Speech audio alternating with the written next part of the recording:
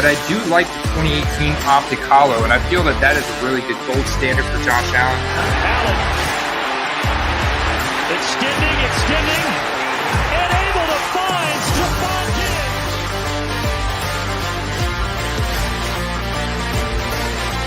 It's gold. It's gold, baby. Gold is hot. Gold is hot. Anything where there's a winner or a loser. It's Hurts going for the end zone. It's caught.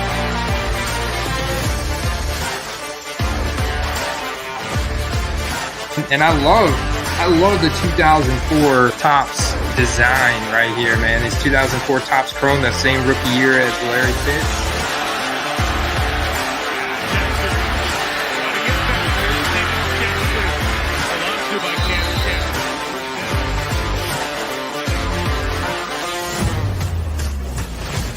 I guarantee you someone would reach $130 on this Gabe Davis if he puts up another game in a primetime scenario. We talked about the first Thursday night game against the Rams. Gabe Davis goes off for anything like he did in the AFC Championship game. Are you kidding me? Of course, they're going to reach for this card.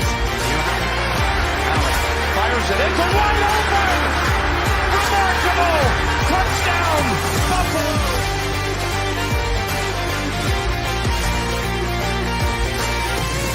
Right now, his 2018 Optic Hollow is $125 raw compared to Josh Allen's at $500. That's a big difference there, Steve, considering that Lamar Jackson had the season that he did. Pocket collapsing. He's going to dart. He's going to run inside the 5. Jackson in for the touchdown. Oh, kind of quick by Lamar Jackson.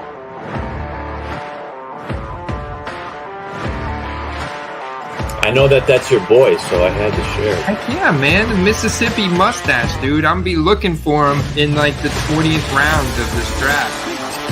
Bushu with time, directing traffic. Now fires middle of the field. First down, Jacksonville.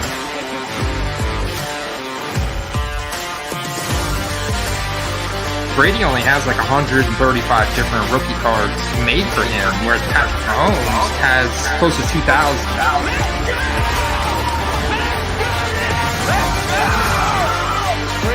He throws this ball from his shoestring around the guy.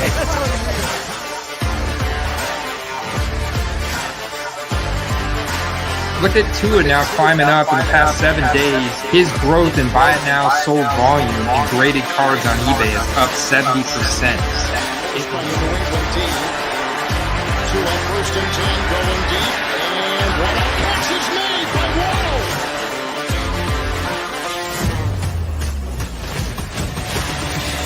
And with Rookie Ticket Auto, there's fewer cards in this set for Joe Burrow. And now he fires downfield to Jamar Chase. He's got it. Wow. Takes all away.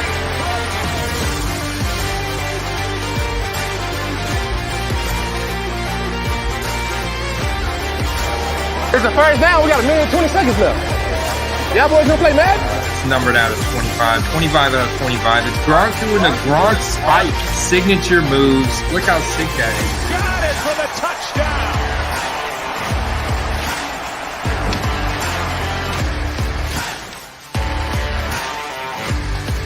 T-minus 1 minute. More juice for the gyro. Like the juice. T-minus 50 seconds. Now, at the point where we're at, it is a lot easier for new people to get up to speed really quick. T-minus 40 seconds. Let's go. That's a W. That's E1. That's E1. That's a W. How many people want to eat a W tonight? T-minus 30 seconds. Tyreek Hill taking over our camera. I think there may be a penalty for excessive celebration, but you know what? I'm going to let that one slide. T-minus 20 seconds. That's what I'm talking about. Now y'all have some fun. 10, 9, 8, 7, 6, 5, 4, 3, This is it, right here. 1, 0, 0. What is going on, everybody? Welcome back to the Football Card Quest, where we talk all things football cards all day, buying, selling, eBay snipes. What's up? Steve, my man, you got the Zach Wilson headband going on tonight again. We do, and it's also a Baker Mayfield special. Baker Mayfield likes the white headbands as well. That's true, man. That's true. Let's talk about Baker. But first, let's introduce our special guest tonight, Steve. All right, so Andrew Perry has been on the quest. Probably he was on our channel at this point last year, in fact, and he had a bold prediction about how skill position players were going to become very much production driven in the football card market. And he was virtually spot on with that take last year. And so he's back on. This man has over 1,100% positive feedback on his eBay store. He's got a big following on Instagram. The other thing I really like about you, Andrew, is that you are 100% transparent. And so you'll routinely post up your numbers. You're really good at keeping track of exactly what you bought, how much you paid for it, and then what you sold it for. And then, like, you're all at the same time, your roots are in fantasy football as well. So welcome to the show, Andrew. How you doing tonight, man? Thanks for having me again. I appreciate it. Look forward to it. I guess we'll have to do it, but I got a lot to talk about, and I'm excited to talk to you and Steve. So thanks for having me on again. Yeah, man. Good to have you on. So right off the bat, let me say what's up to some of these people in the street. I think some fans came out, Andrew. We got another Andrew, Andrew Culp. He said, "Let's go." We got AB in the house. Is that Bisbing? Is that Aaron Bisbing? He's about to hop on a flight to Ireland, actually. Oh man, that dog, that dog. Very nice. Get some Guinness and what's Jameson? Get some Jameson and chase it with some Guinness, man. Have fun. We got third and long in the house. Yeah, dude, I've been super hard on eBay trying to snipe. There's been a lot more competition. There's been a lot more competition. We're going to talk about that tonight, how the market is doing, pull up some charts, talk about some statistics, some insights, some analysis. And if you guys have live eBay snipes that you want us to pull up, live auctions on eBay, drop it in the chat. What is going on? LOB, Brooke in the house, Tom Bullard. We got our bassist in the house, Josh Williams, Down Home Sports Cards. What is good, man? We got Boggy in the house, JP, and Derek.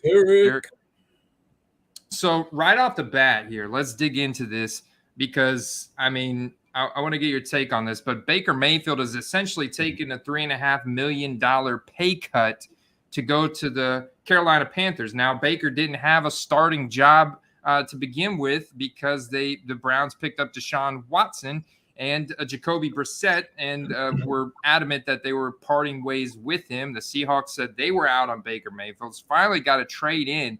The Panthers have waited all this time. They've been knocked on by quite a few people based on the amount of draft capital they spent to get Sam Darnold. Then they moved up in this past draft to get Matt Corral. And now they go out and trade for Baker Mayfield. However, it's like a 5th round conditional pick. The Browns will pay $10.5 million while Carolina takes on $5 million of existing contract. But Baker gets on with a new team. So what have you seen in the market? Did you own any Baker, Andrew? Hold on, Andy. I'm sorry. Froze up there. What was the question? Did you own any Baker? Have you been selling any Baker this week? That's actually probably the only quarterback I really have not. I thought about it for a brief period of time because there's obviously going to be a window where you can make money off of him. I just could not. I couldn't find the right deal with Baker. I know you mentioned DJ Moore. He was one of my guys, so this obviously helps him out. I got this right here. I'm ashamed to say I don't have this up yet, but it's his Prism Silver Auto there. Nice. Yeah, I got to get that up before I miss the window, but wasn't big on Baker. I know some people that were. I'm sure they're cashing in right now. How about you? Was that it? Am I freezing up here? Yeah, a little bit. Was that a PSA 10 Silver Prism Auto? That's a PSA 9. PSA 9. Yeah, nice. Silver Prism Auto. Now, how do you feel about Panini that year in 2018 not putting a rookie card logo on that? Like, have you held that for a while? Do you feel that you're going to have a harder time moving that because it doesn't have that RC logo?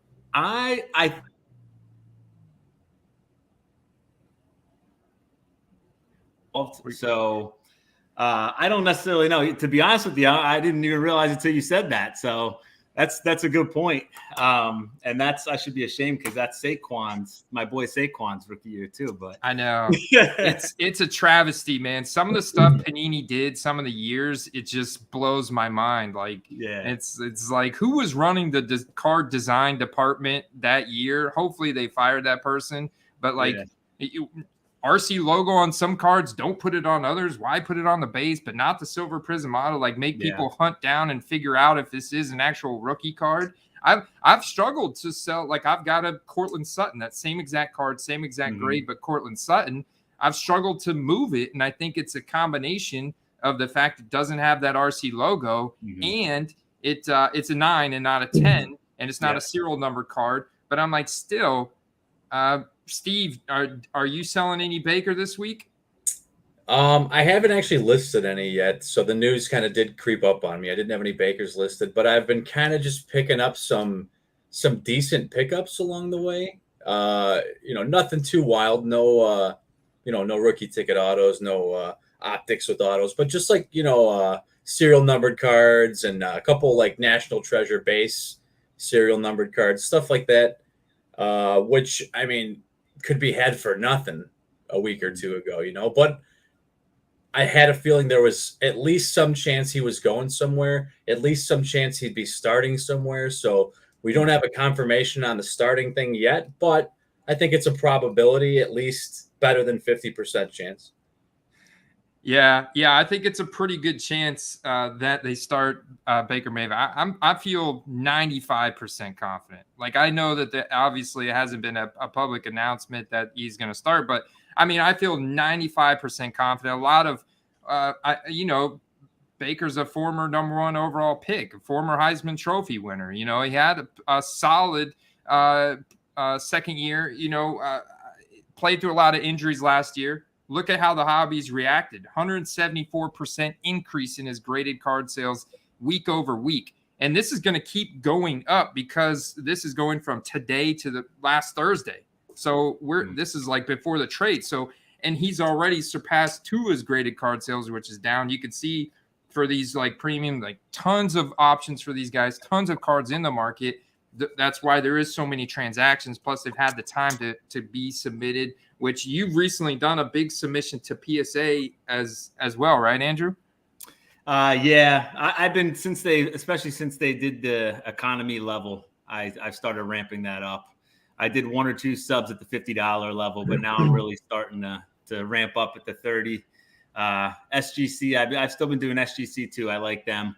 You're making me think more about CSG a little bit more. I do like their slabs a lot, but as far as Baker goes, I don't know. The Panthers' weapons around him, I think the window to sell was now. So if you're looking to buy now, I don't necessarily know that's a good idea.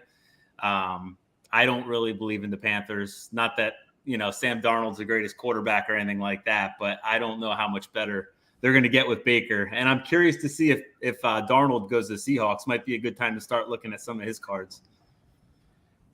It's going to be interesting. So Jimmy G, I think, is also someone who's out there, especially being in the same division as the San Francisco 49ers. Jimmy G is like the next guy up on the QB carousel, in my opinion. But going back to the Panthers, Steve, how do you feel about, so they fired Joe Brady, their offensive coordinator, last year after, struggles with Darnold, struggles with PJ Walker, bringing in Cam Newton, struggles with him. And so they fired Joe Brady, but Matt Rule's still there. They bring in Ben McAdoo. And looking at his history, the last time he's even called plays in the NFL was like back in 2017. And so the consensus is that it's going to be a very simplified offense. And we know they spent first round capital. Like Carolina had hardly any picks in this draft. They spent it on Ike Ekwonu, that pancake run blocker in the first round, incredible run stuff, like run blocking tackle. So I think that, I mean, like I'm looking at like Baker Mayfield could be more consistency for Christian McCaffrey. And I'm really interested to hear your take on that, Steve, how you think this is going to affect the Christian McCaffrey market and DJ Moore. Like, obviously, I think we could all agree that Baker's an upgrade over Darnold, PJ Walker, and Cam Newton's arm accuracy at this point. I think for now, regarding DJ Moore, I think you'll see a little volume sales uptick on his cards, but I think that you'll see the actual spike in his prices once they actually formally announce, let's say, Baker Mayfield as starter, because you're going to have a lot more people that have just that level of confidence in him against Darnold. Again, like you said, with offensive coordinator that doesn't really have like the name recognition. He doesn't have the the previous record to show what he's bringing to the table.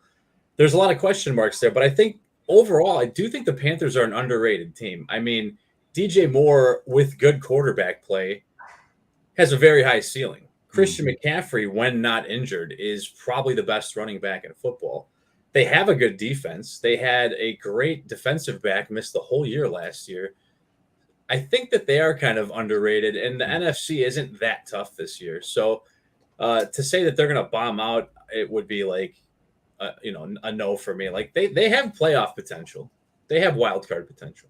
Yeah, their defensive roster is pretty solid. I mean, and last year before J.C. Horn got hurt, who was their rookie they drafted in the first round from 2020, or 2021, their defense was being touted as a top run-stopping defense. Their secondary was playing good, and that was giving Darnold, making Darnold look better at the same time. Like, remember the game against the Saints? I mean, they destroyed Jameis Winston, so they were doing some good stuff. And I'm looking at their schedule this week. They open up. Wow. So this is turning into another revenge game. The Panthers open up against the Browns. Yep. in Carolina. This is a total revenge narrative for Baker Mayfield. So with knowing that, Andrew, do you think that Baker's cards could continue to climb on hype? Because I can almost guarantee you he's going to be named a starter week one. Gives him a clear advantage over Sam Darnold, over PJ Walker, over Matt Corral, who's a brand new rookie. So yeah, I think that they start in week one against the Browns. Revenge narrative. We could see. I don't know. This is interesting. This is very interesting. Yeah. Now that you bring that up, the revenge game, I actually forgot. That slipped my mind because, obviously, a lot of times we sell leading up to the week one hype, and there is going to be hype going into that game, kind of like how you guys talked about Russell Wilson.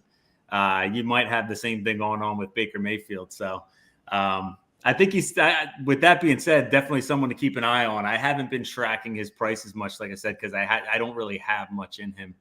But now you guys might be convincing me. DJ Moore, I'm definitely going to be keeping an eye out. Another one is Hubbard. I've been looking a lot at his Contenders Optic autos on the cheap too. So about Hubbard, what do you have concerns that Christian McCaffrey could get injured again? I'm a Saquon guy, and I have. Well, yeah, if you're a Saquon guy, then yeah, you definitely major have concerns about. Actually, I just got I'll show you this one. I just picked this one up.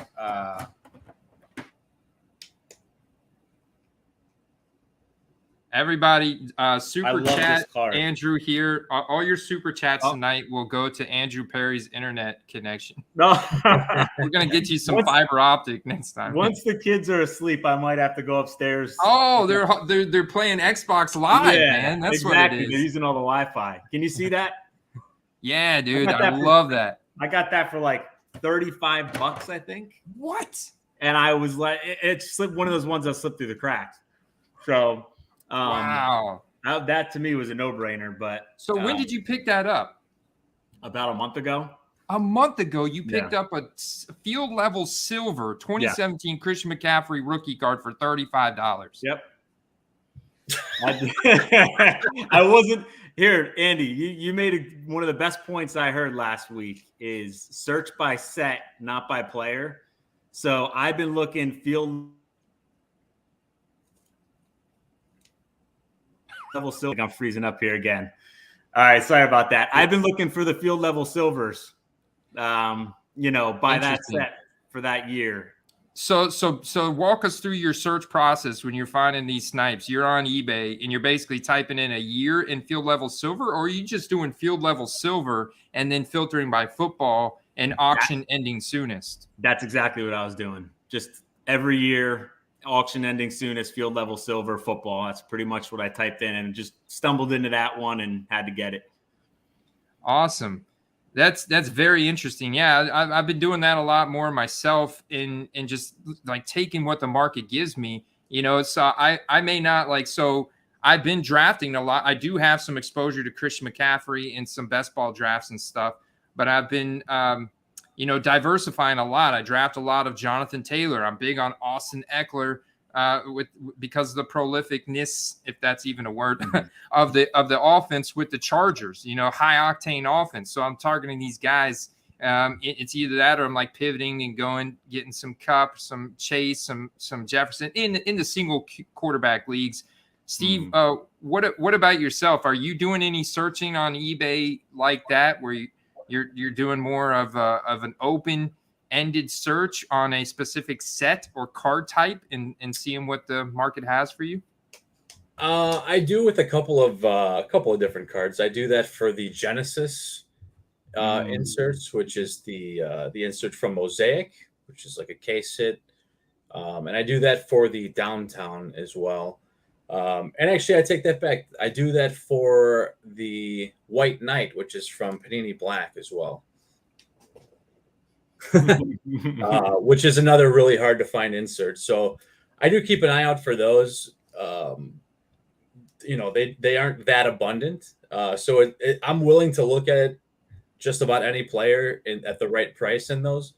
So, you might find me picking up the occasional defensive player or a player from not my home team or a non-QB. Everyone's got a right price you can get in on them at. And I think that those are some good searches. I had a field level one for a while. The field level one is a little more challenging because if you don't break it down by year and sport, it'll kind of overwhelm you by the number of results you get.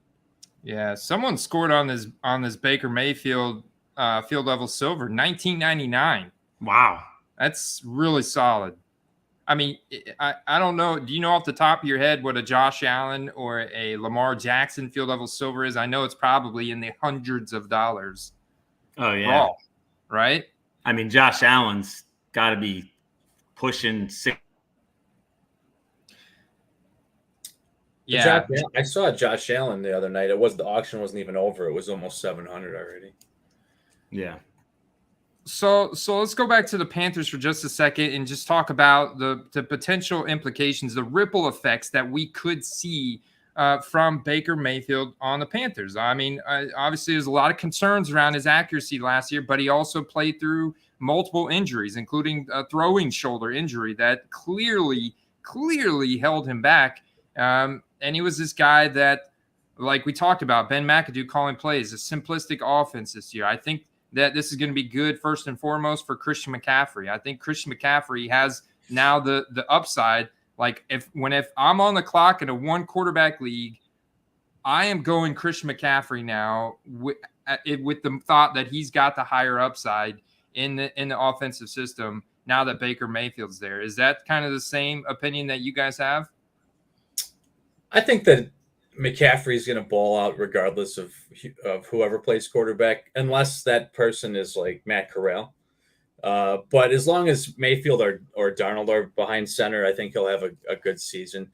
Like I said, you can say a lot about what the Jaguars did last year because of the head coach, and maybe you could do that about the Panthers too. I think the Panthers will probably bounce back, and like I said, I think that they're like a fringe playoff team.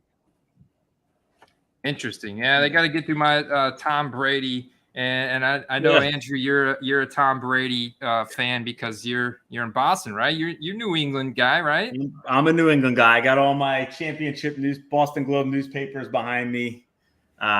Big Brady guy. So definitely. I'm Team Brady in the NFC until he retires for sure. I think the question here we got to solve is like, is Baker going to actually be able to throw the ball enough, throw it well enough, accurately enough to be able to feed multiple receivers and make them relevant? Robbie Anderson was on record briefly on Twitter saying that he was going to retire when they were rumored to get Baker Mayfield. So he's clearly not a fan. I think that he deleted that tweet like pretty quickly after he put it out. And now he's probably going to be,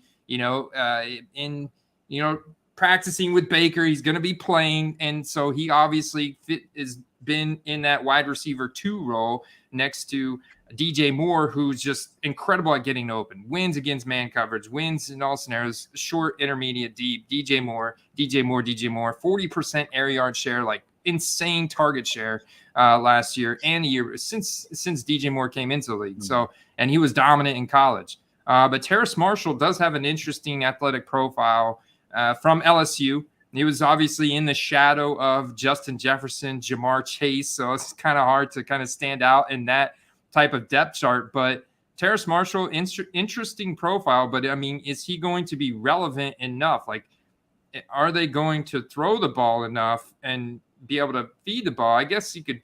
I mean, the one thing that Baker has kind of done a lot of is like try to play this hero ball, right? Where he lets it rip. And that's kind of what's gotten him in trouble in the past. And I'm not sure and they're going to try and reel that in a little bit here in Carolina is kind of what I'm thinking. Yeah. I like Terrace Marshall coming out of college. I actually was looking to buy him up just because of his, like you said, his athletic profile. I don't know how much I believe in him. Did Carter talk about him? I know Carter's probably got a lot more to say about him watching him in college, but obviously he had a tough rookie year there.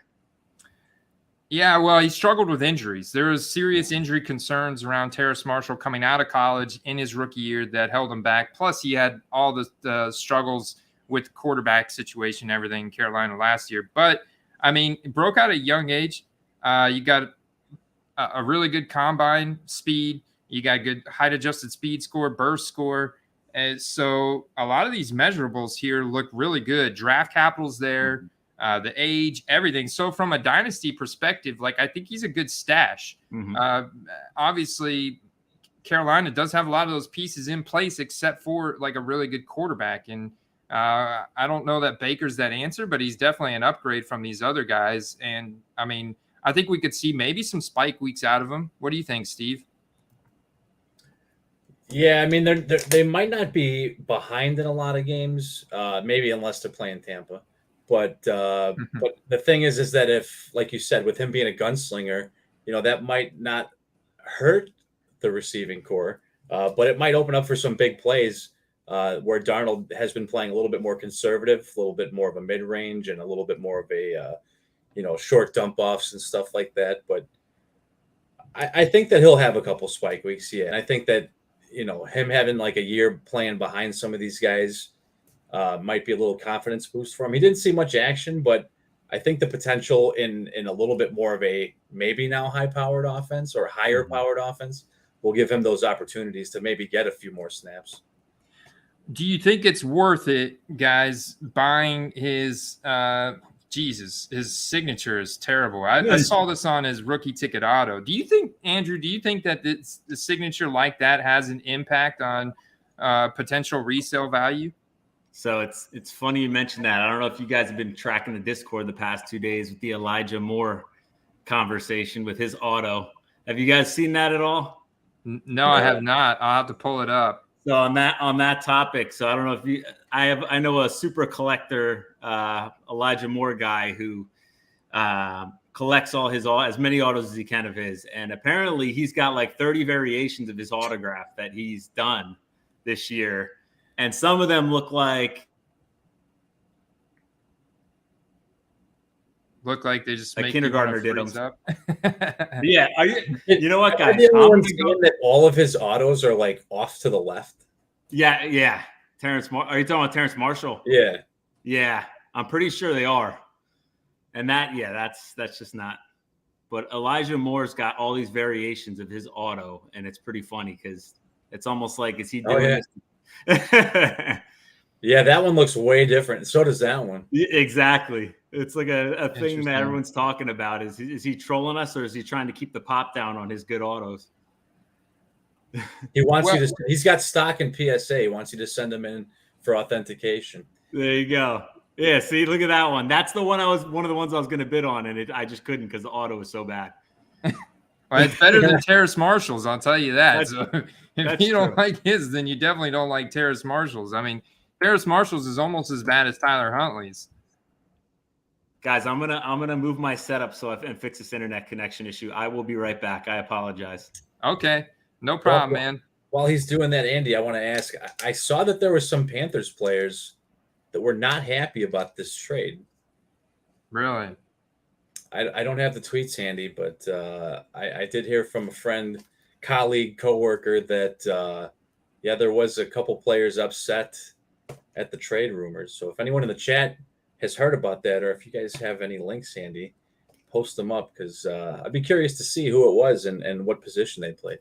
Boom! Shout out to our man Halo's Finest 88 for picking up an optic rated rookie DJ Moore PSA 10 before the Baker news for $30. That's a snipe. Nice pickup there. I mean, that's the thing. Like, I like good players first and foremost. So, like, yeah, I was trying to pick up some Baker Mayfield. Never picked up anything significant before this news. And I think his cards are going to continue to climb here a little bit just by looking at the prices and the charts. Obviously, he's topping the charts on the week-over-week volume. So you can see the health of the market right there is very good.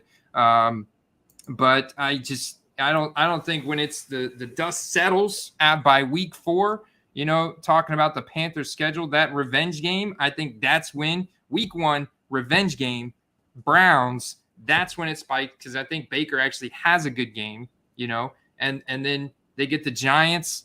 If they don't win that game, then that's really bad. Then they get the Saints. The Saints defense is still really good. They're going to be playing at home. They can't beat the Saints, then that's bad for them. Then they play the Cardinals. Then they play the 49ers. Then they play the Rams. Then they play the Bucks. So they got a really tough stretch there. I think Baker's cards go back down by November, Steve. And I think you can buy them probably right now, still find some deals and flip those heading into this revenge game, or maybe even after this revenge game from week 1 to week 2, because they could beat the Giants too. This could be we could be looking at a Panthers 2-0 scenario here with Jacoby Brissett behind center for the Browns. 2-0 Panthers after a revenge game. There could be a ton of Baker hype after 2 weeks this season. And, you know, you'll start seeing people getting on board with considering them playoff contenders, which will boost, you know, all the team position players, you know, running backs, receivers, quarterbacks. So I just pulled it up. I guess the one that I was being referred to was Robbie Anderson. And his follow-up to that was just defending his QB, who was Darnold. So, I mean, I get it. You know, there's always going to be people that are connected to the guy that's the leader of the team currently. So I guess we'll kind of see. You know, it could be some internal strife. Maybe there's other people that feel the same way. It's hard to say. Yeah. All right. Well, we got to move on here. We got some questions in the chat. Derek is talking about what happens more, the internet freezes or Baker's INTs. Derek wants to know what part of Boston you're in. He said that he's in this little place called, where did it go? He's in this little place called something. I lost it. I saw that too. But hopefully I'm done freezing up now, guys. Let me know if it happens again. Yeah, man, you're coming in crystal clear, no freezes yet. Do you know of a good place to get, because you do so much selling on eBay, Andrew? Do you sell your cards? Do you put them in team bags, top loaders? How do you typically package? What kind of cards are you selling? Are they mostly raw or graded? Yeah, so mostly I do top loaders with the tape on it, not as much Scotch tape as some guys do in our Patreon, but yeah, just with the painter's tape on top. Then I go team bag, and then I get the cardboard around it, and then the bubble envelope. So A mixture of everything. I mean, I wouldn't say more raw than graded. It just depends on what's selling. I'd say I've been selling probably 75% raw, 25% graded. I've been buying a lot more graded and selling a lot more raw recently. I don't know exactly why, but it's interesting because a trend that I've been noticing specifically the last month with what I've been selling, $20 to $30 range. They're flying off. Like I'm selling in that range, like nothing. Cards I bought for $5, $10, selling $10, $30. And are these skill position players? Skill position players, yes. And I'll give you one guess. At quantity. The player that I sold the most this past week, he's a backup running back. And there's no rhyme or reason for it. It's just I got really good deals on his high-end cards, and they were an easy flip. Steve, I'll let you take the first crack at this. Oh, they're a top 4 team in the NFL. Make it easy for you. The backup from the Bengals. What's his name? No. Samaje Perine? No. That's what I was thinking too. Not after that last playoff. Chris Evans? Chris Evans. No, it's a good guess, but backup running back, top 4 team in the NFL. Darrell Henderson? Yes. Boom! Darrell Henderson. I can't believe you just pulled that. That was nice. Well, because you see, dude, I'm telling you that there is a correlation here. I've been hearing hype pickup for Darrell Henderson in the fantasy circles. There's been some very well-respected fantasy analysts, Matthew Berry, who's been, talking about how Darrell Henderson should be valued. And there's been tweets posted on how Darrell Henderson was more efficient. He was better in the receiving game. It was like some very compelling data around how Darrell Henderson could be the guy to target and how his ADP should be above Cam Akers. And so all of a sudden, Darrell Henderson goes from being drafted in the 12th, 15th round of fantasy drafts and Cam Akers in the 5th to now, Darrell Henderson coming up to the 5th and Cam Akers going to the 6th kind of thing, like balancing out. Yep. I'd like to point out that I was getting a lot of grief for that statement, that same statement less than 3 months ago. And I'm still standing by it. If you look at where the two guys are going, Akers is going in like 2nd or 3rd round. Mm-hmm. You can get Henderson, like you're essentially drafting him as a backup, but he could be RB1 value. Yep. I had Henderson on 2 of my teams last year, and he way outperformed what I was expecting. But a lot of people, and this is like kind of the Gabe Davis corollary, a lot of people remember the 2 fumbles that Cam Akers had in the playoffs against the Bucks. And then he had the next game against the 49ers. He had an atrocious game in terms of efficiency and everything. So it was like the hype that he had coming out against the Cardinals in the playoffs, where they were featured his injury recovery and all this and that, it fizzled out real quick whenever he started fumbling the ball. They reeled him back in big time, you notice. So it's like that's also what we're left, the last taste we're left in our mouths of Cam Akers. So I can see the Darrell Henderson hype picking up now at this point in the offseason. That's pretty interesting. Yeah. So I was curious about that because I thought, I'm like, did he get traded? Because out of nowhere one day I had 3. The one that I think was probably the highest end was the first off the line blue shimmer color match rookie auto.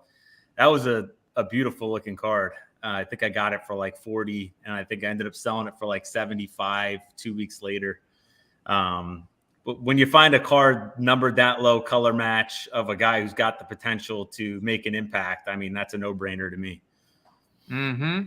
Yeah, so last year, Darrell Henderson averaged 77% of the snaps weeks 1 through 12 when playing. Prior to the bye week, he was a top 12 running back in fantasy, and he's had back-to-back seasons over 620 rushing yards on less than 150 attempts.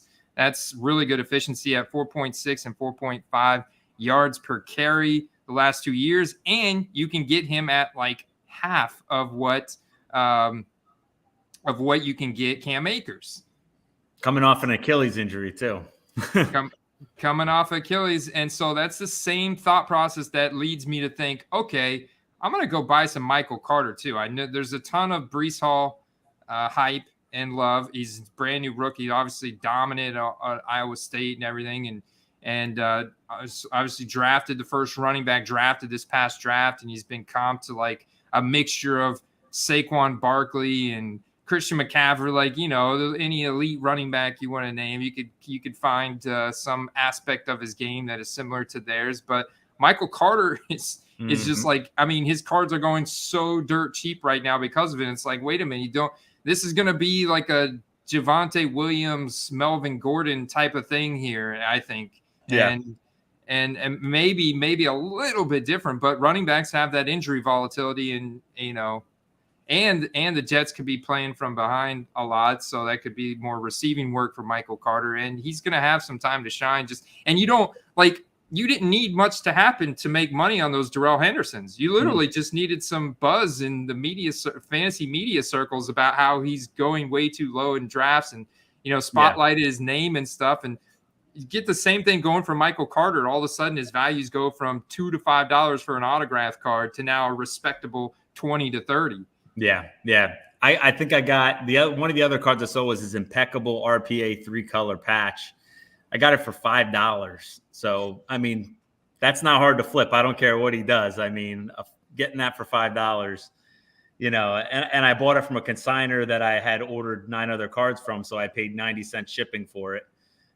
So, I mean, there's a lot of meat on that bone. Are you in on any of the Colts players this year? Outside of Jonathan Taylor? I do like Pittman. I know he's getting up there. A lot of people like him a lot. Paris Campbell, I got sniped on one the other day. So he's another. I've always liked Paris Campbell. Injuries are killing him, but I think he's still got talent. When he's got a quarterback now, if he can stay healthy. There was a zebra and a tiger stripe field level. It was a lot of 2, and I was trying to get it for I think I bid like 35 at the last second. I think somebody got the pair for like 40. But Paris Campbell's a guy I like if he can stay healthy. So I'm kind of tracking him a little bit too. When it comes to 2019 products, Paris Campbell's a 2019 rookie, incredibly fast, right? But like you said, struggles with injuries big time. What's your favorite set? Parallel, or a combination of favorite from an investment perspective? Like, what is your favorite from an investment perspective of 2019 product? I always like the XRCs, to be honest with you. Steve's a big XRC guy. Yeah, XRCs. They are beautiful, and I think they're underappreciated. 100%. I every XRC that I've gotten, I mean, they're some of the easiest cards to sell, I feel like, as well. Really? Oh, yeah. You know what's funny is we've had this talk when we were talking about the Bowman U. You know, people are asking, like, what's someone's true rookie? I mean, couldn't you make that argument that it's the XRC? It's technically their first card. Even though it's a redemption, you get the redemption before the sets are even coming out. You're right. I do think that could be considered the first rookie. And that's why the redemption cards go for so much, because everybody's chomping at the bit to get the first card of whoever it is. And, you know, like DeAndre Swift was that card, the redemption card was probably selling for $300. Now you see you can get it in a 9.5 for 77. That's a snipe. Yeah, you're right. That is a good deal right there, actually. Whoa, look at that. I have one tie-dye one. It's not of a big name, but I have one. If the guy ever breaks out, I'll be good. You have an XRC, a tie-dye XRC? Yeah, it's the tight end from the Patriots, actually. The younger cat, not Henry. Oh, goodness. John Asiasi? Yeah. So how rare do you think the XRC is? Like, is there a card or a set or an insert or parallel you can kind of compare it to for me? I've heard rumors that it's about 150 print run. I don't know how accurate that is. Wow. I've heard that's the approximate print run. I don't know if that's accurate, but I mean, they're beautiful cards, and they are low pop for sure. You look at that wouldn't seem too unrealistic considering the tie-dye would be 25. Yeah. Right? Yeah, I guess that doesn't seem very unrealistic. And that's the only parallel, right? The tie-dye, other than the autos. They have XRC autos as well, but I think the tie-dye is the only other parallel. Paris Campbell didn't have an XRC. Is it done based on draft capital? It is. It's only the top. The top. I forget. 50, I think. Yeah, I forget the top. Top 40 or top 50, something like that. Yeah. Very interesting. Yeah, that's a nice card, though. I think I've got like 4 or 5 Cole Kmets. I'm waiting for that breakout. Cole Kmet. Yeah, I see a comment here in the chat about Ashton Doolin too. Like, man, that is super deep sleeper on the Colts. I like him. I think he's got probably better work ethic than Paris Campbell. He's obviously got better durability. Like, that's Paris Campbell's big thing. He hasn't been able to stay healthy, but he's the guy that with the 4.3 speed that will flash in training camp, that will line up as like that Roddy White or Calvin Ridley in the Matt Ryan Atlanta offense of the past. So like, that's why he's so appetizing to people. And if he is healthy, like, it could be really big as a wide receiver 2 role. You put Michael Pittman on the outside, Alec Pierce on the outside, and put Paris Campbell there on the inside. Ooh, watch out, And I think that's what people get so excited about. And so, yeah, I mean, if he stays healthy, 99th percentile speed score could go a long way.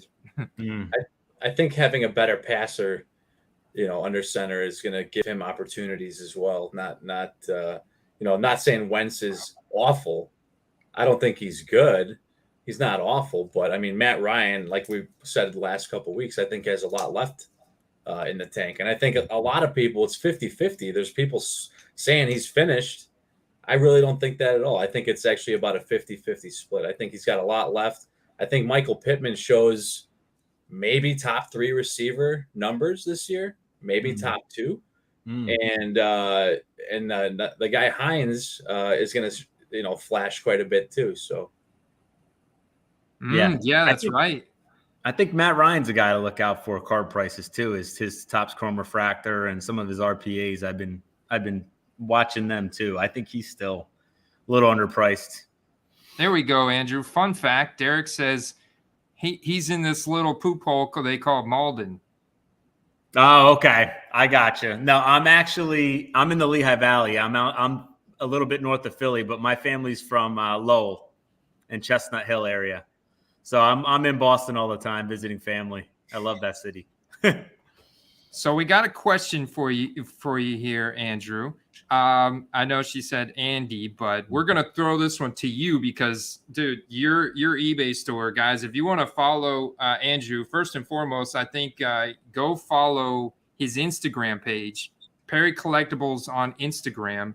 Follow that page. He puts up a ton of content there, very consistent. And then obviously his eBay store, Perry Collectibles. You can see that 100% positive feedback.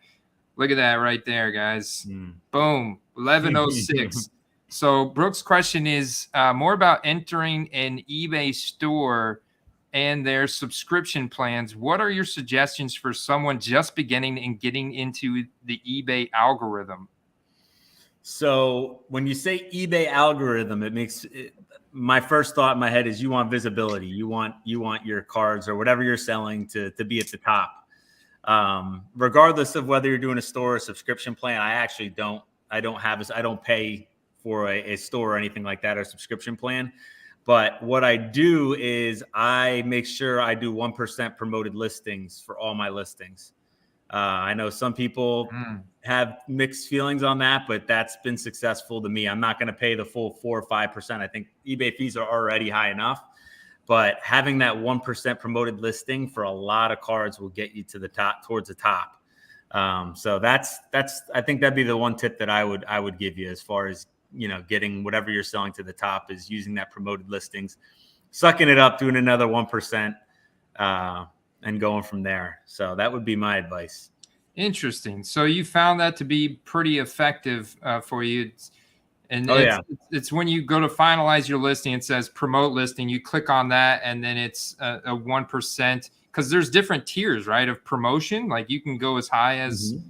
You can do whatever you want. You can put in whatever percentage you want, to be honest. Usually it defaults to 4 to 5%, which I think, on top of the normal eBay fees is high. But most people don't utilize the promoted listing fee because eBay listing fees are already high enough. So when you do that 1% on a $20 card, I mean, that's really, that's getting you to the top of the line for an extra, 20 cents. Steve, what's your thoughts on the eBay algorithm and the promotion function? I just like Andrew here. I don't actually do the eBay store either. From my experience, I did read up on it a bit. It seems like it just allows you to list more auctions monthly before you start paying listing fees and searching fees. So unless you're like a consignment store or you're listing like all your cards in auction, like I think you get like, what is it, like 200 or 800 a month already? Yeah. So you'd have to be doing big volume to even consider opening a store. I too do the promotion function, and I do usually do about 1%. However, if I have a lot more meat on the bone, let's say, I'll sometimes do 2 or 3. And for people to know what that is, if you have a watch saved search, let's say, and you get the emails and it's like, here's the cards you've been looking for. Well, the ones that appear on that bottom row are the ones that people have promoted listings of. So that's where that comes from. And so, yeah, you will get more exposure. So ask yourself, is it worth, losing 50 cents to make an easier sale? And I say the answer is definitely yes. Yeah. Very interesting. So shout out to First Catch here. We appreciate you. First Catch is going directly to the Andrew Perry Internet Fund. Although I think it was just maybe we just need to get you like a Wi-Fi extender so you can get that extender in that cool. That was the problem. The extender wasn't working. I was in the basement. The extender wasn't working. So we need to get you an extender in the basement. See, we don't have basements here in Florida. It's so we got shout out that Brandon Looney Tunes fan 2000. I'm new here. Cool, man. I like the Looney Tunes, dude. I'm a big Looney Tunes fan. I watched this a lot growing up. Like this is, Y2K. I remember that like it was yesterday when everybody thought the world was going to end because none of the clocks were going to turn over from 1999 to 2000. Remember that? So here's a comment from Jordan Rivera. Changes the 2% minimum on the 11th. Interesting. I did not know that. And then Tao, what's going on, man? He says, I have an eBay store at the lowest plan. I've had more success with that than no plan. I've kind of been with Steve on that. If I was running more auctions, I would consider that a lot more. And I think it is for consignments, it's a no-brainer. But I'd be curious to hear what he has to say about that. Maybe there's something we're missing. Yeah, it's very interesting. So Tao went on to say it's also important to become a power seller, whatever helps to bump you up in the algorithm. I've never really taken the eBay algorithm this serious, but maybe I should be. So if you get Andrew, maybe you could help me on this one. The term for it is you become an eBay blank seller. It's not a power seller. It's a featured seller or whatever it is. Basically, if you have like X amount of transactions with like less than 0.5% of like negative impact or feedback or whatever, then you become a top rated seller. Top rated. Yep. So I managed to get mine right after my big Joe Burrow flex in the Super Bowl, which was nice. And it does actually go a long way because there's people that's going to look at that and you got a little cool star next to your name and people know that they're dealing with somebody that's, no nonsense. Yeah. No, that was my goal. That was my first goal when I started my eBay store, was to get that, to be honest with you. I think that is a big deal. People can trust you. And that goes a long way with eBay with all the nonsense going on. I've definitely seen like auctions and listings go way undervalued on newer sellers. Like people will shy away from them just because they've only got a couple transactions on there. Yep. So back to some player. Oh, go ahead, Steve. You're going to finish your thought there. Yeah, I was just going to say real quick. I have done a few transactions with people that have between 1 and 5 feedback. Don't recommend it. I think of the 5 times I had 3 or 4 negative experiences. So I don't recommend it. And I just realized the homie Brandon Costino in the chat. What's up, neighbor? How you doing, buddy? Well, shout out to Brandon there. Yeah, base white card. I wanted to go back to a question you had earlier, just real quick. Yeah, this is like drafting Ashton Doolin in like the 25th round of your fantasy draft, getting a rookie ticket auto for $5. Like, boom, boom. You know, why not? You go ahead and stash those guys because that is like that's as low as an autograph period is going to go. You could go back to 2005 and, you know, you can still find autograph cards that are still selling for $5 to $10, like even of no-name guys. So, and he's playing. So his chances of him popping off at some point here in the future are pretty decent. Mm-hmm. You can't go wrong at $5. Yeah. You can't go wrong at $5. I mean, yeah. That's taking what the market gives you, you know? That's exactly rookie ticket autos of guys that are out of the league that haven't been seen in 7 years. Like you can get $2 to $3 for them. So you can get $5 for a guy that's got big boom potential. That's an all-day buy. So your man AB wants to know, and this is a wide receiver that's on that wide receiver carousel with Julio Jones and Antonio Brown. Where do we think Will Fuller is landing? I know AB's a big Will Fuller guy. I love the profile. Was that question for me or for? I mean, it's for whichever one of you guys want to take it first. I'm looking this up right now because honestly, I don't even have a guess. I've got, while you're doing that, I got 2 guesses, and it's only just on gut instinct, and it's 2 teams that actually could use a receiver. One being the Ravens, and the other being the Giants. And the reason I say that is because if you've ever played fantasy football and you've ever had a Giants receiver on your team, I feel bad for you because I've had this problem myself. But they are either questionable or out, it seems, every week.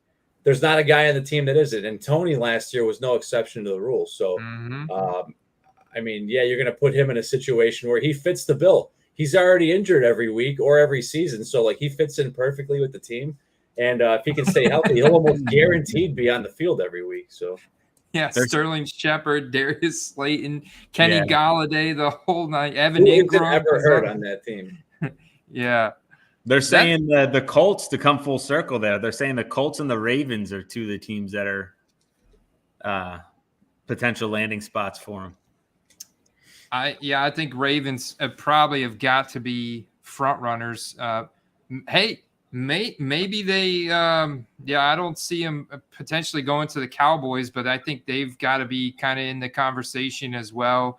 Maybe even throw the Packers in there. I'm just thinking of teams that could be that have shown to be wide receiver needy. Hey, maybe add some more speed to the Kansas City depth chart. They've already, they've been adding to just a bunch of guys there. So I don't know. I think those are some potential landing spots. Will Fuller to get a 1-year contract. Obviously, that would be best case scenario. But Andy, what do you think about? Let's say they were to put Godwin on the PUP list to start the year. What about Tampa signing him? How would you feel about that? I mean, I'd have to go buy some. I'd have to go buy some Will Fuller. He kind of has like the same play style as Antonio Brown. Yeah. I mean, I'm not gonna lie. Like, I would definitely be excited about that. I would definitely be buying some Will Fuller because Brady's absolutely going to take advantage of that. We have Cyril Grayson on our depth chart who was used very seldomly last year, but he's a former track star with a lot of speed that was like undrafted from LSU, coincidentally. And he caught the touchdown like late in the season to help us win that game. I think it was who we were playing, like the Jets. I think it was the week we played the Jets that Antonio Brown did lose his marbles and like threw his shirt off and everything. I think it might have been that week. It was one of those final weeks last year. Cyril Grayson popped off. So I think we could always use depth at the position, especially with Godwin already being on IR for the first at least half of the season. I like that. It could happen. I mean, who wouldn't want to play with Tom Brady in a Super Bowl type team? Everybody wants to play. There's a card I'm looking at right now on my watch list. It's a Jalen Tolbert Chronicles Select Red Prism In-Flight Auto. It looks like it's on card. I didn't think those were on card autos unless this guy just photoshopped this picture to. Wait, are you saying there's a new 2022? Yeah, I have out? not. I have not seen this. This is the first I've seen this right there. It's out. So that's one that's sold. There's one at auction with 14 minutes left. No rookie card logo.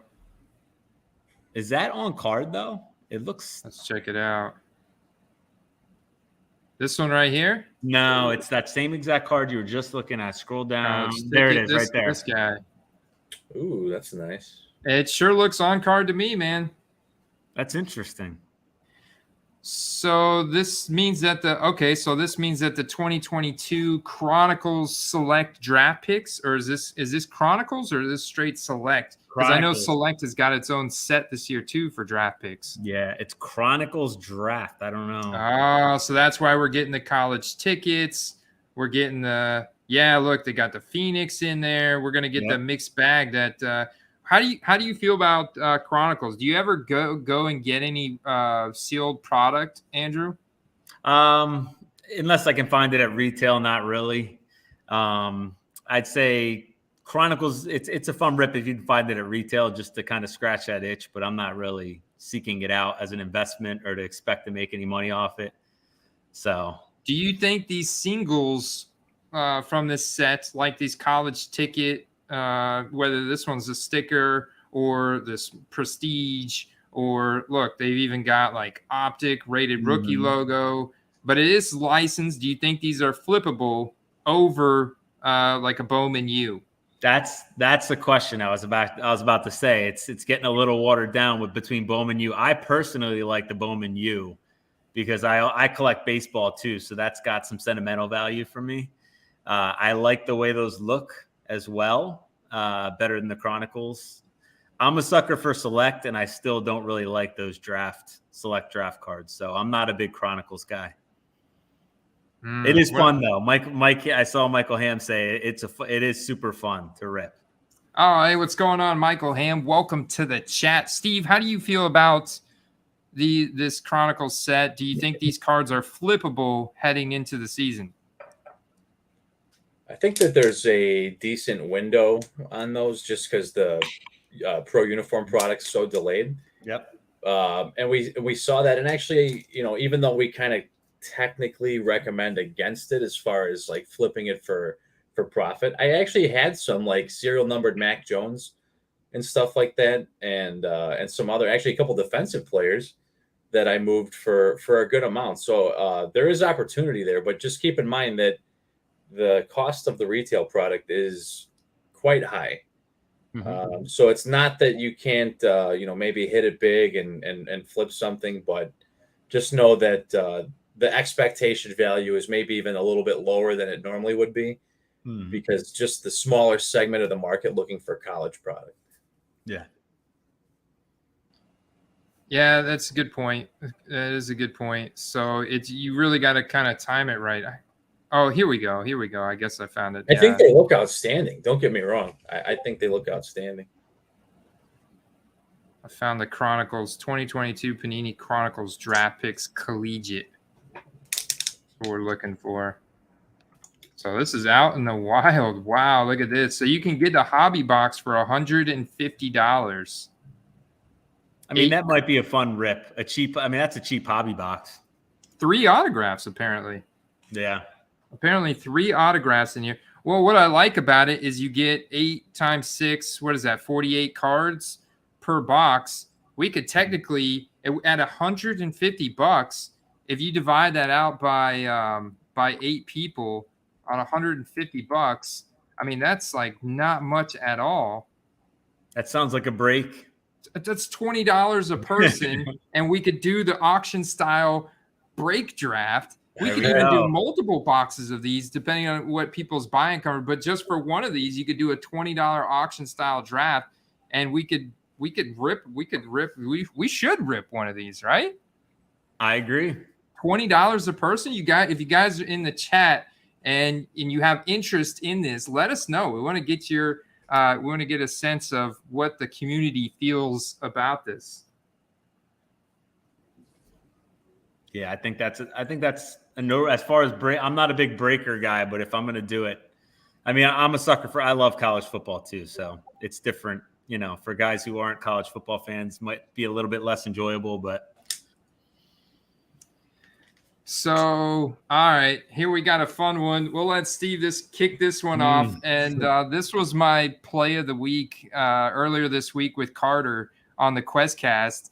And it's Mitchell Trubisky because of the fact that Kenny Pickett is running with the threes, man. And Trubisky built that grit with the Bills, man. He looks solid. He's got that work ethic, man. He's got that explosiveness in his legs. And Steve, is there any reason to go after Trubisky cards? I'm just teeing this up for you.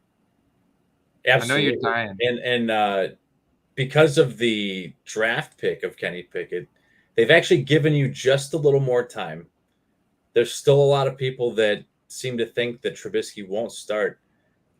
They've basically said he's starting. They haven't officially said he's starting, but they've said he's starting. If you actually read all the comments from the coaching staff and whatnot. So here's the thing is you don't want to wait till they officially say he's starting. Just know that he's starting and get in now. Now, if you go back, even pre my existence on this channel, Andy's been talking about Trubisky when he was a backup on the Bills. I came around, I backed him up on that, and I've been pushing Trubisky because it was only a matter of time till he got a starting job somewhere. What he does with it, anybody's call, but what he's shown from what he learned in Buffalo looks really nice. So you don't want to be for what could be an affordable silver prism or affordable optic hollow, for maybe 15 or 20 bucks. The returns on that could be exponential. Mm-hmm. Look, hey Andy, check out the XRC. What's that at now? I know I've sold that a few times. I bought it for like $15 and $30. And last year, even as a backup, I sold it for like 60, 70 bucks. That might be a good buy there too. See what we got for the Trubisky X 34.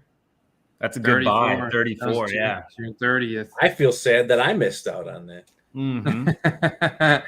Yeah, because you can even see the other ones going for 50.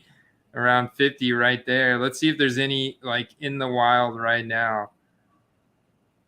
I got to get out of this sold. I have one already, but I wouldn't mind grabbing a few more. PSA 10 for $275. Buy it now.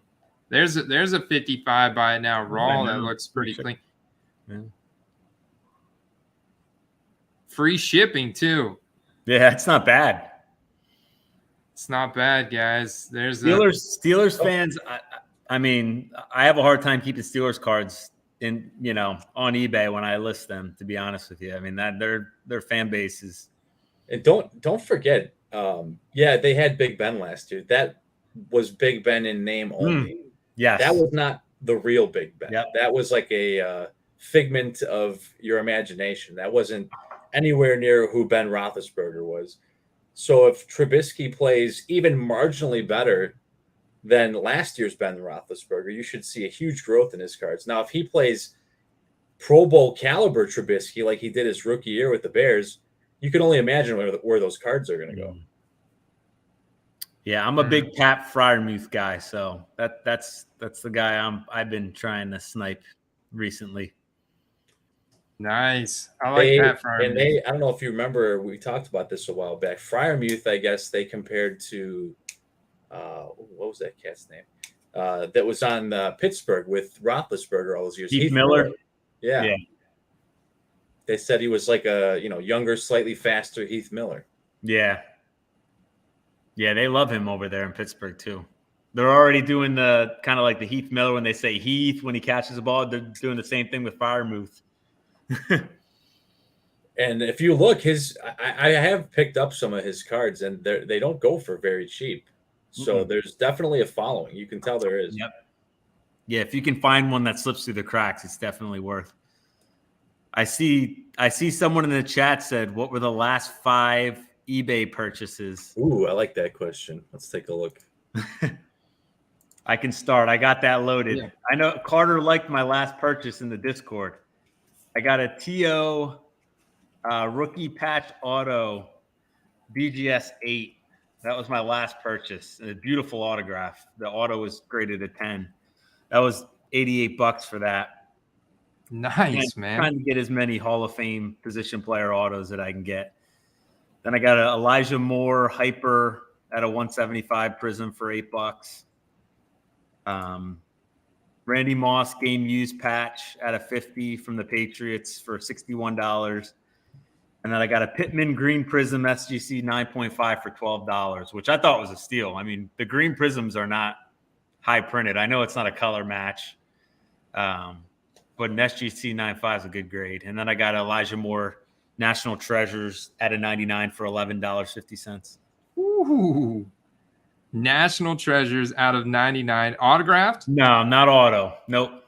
But still got the NT brand. Yep. $11. I can't tell you who my sixth purchase was because that's the guy I'm buying more than anyone right now. Top secret. I'll tell you before it's. He's a Kyler Murray's one of his weapons. That's the other way around. Rondale. Oh, all right. Yeah, Rondale's my guy. Really? Well, see, I mean, there's polarizing opinions on him. There's a lot of takes out there that he had shaky hands deep, and that's why they reeled in his opportunity share down the stretch last year, man. And now with Marquise Brown there, you know, you got a new deep ball sheriff in town.